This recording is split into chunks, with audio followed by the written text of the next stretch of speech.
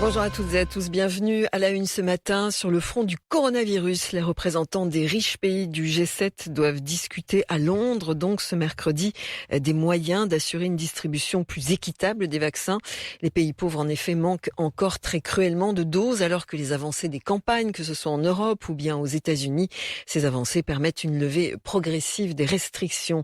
Le système de partage COVAX, qui se fournit principalement en vaccins d'AstraZeneca, est en train en effet de perdre de la vitesse. Il n'a livré que 49 millions de doses dans plus de 120 pays et territoires contre un objectif de 2 milliards en 2021.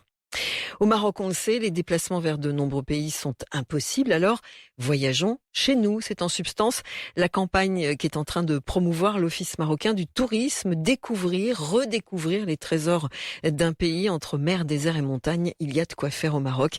Détails à suivre, ce sera dans nos prochaines éditions.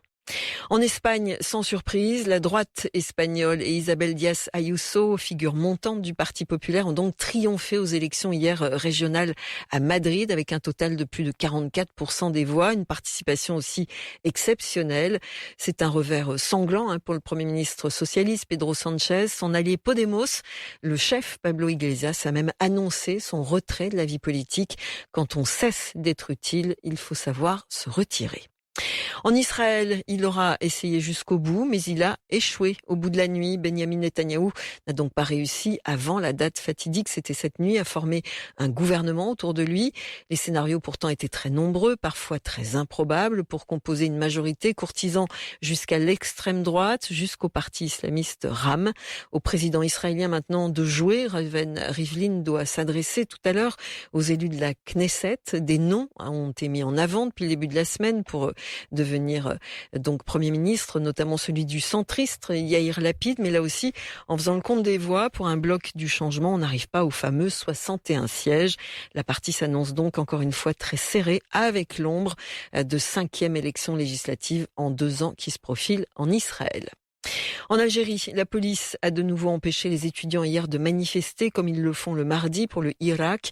Dans la capitale, c'est un nouveau tour de vis, cette 2e semaine consécutive, des dizaines de personnes interpellées avant même hier qu'elles ne puissent défiler.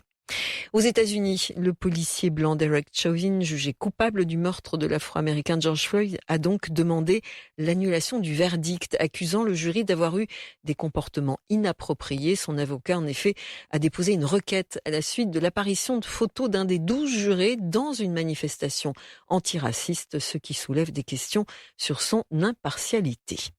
Et puis les États-Unis toujours, avec une question. 4 mois après la suspension de son compte, Donald Trump va-t-il revenir sur Facebook? La réponse, nous l'aurons aujourd'hui à 13h en temps universel.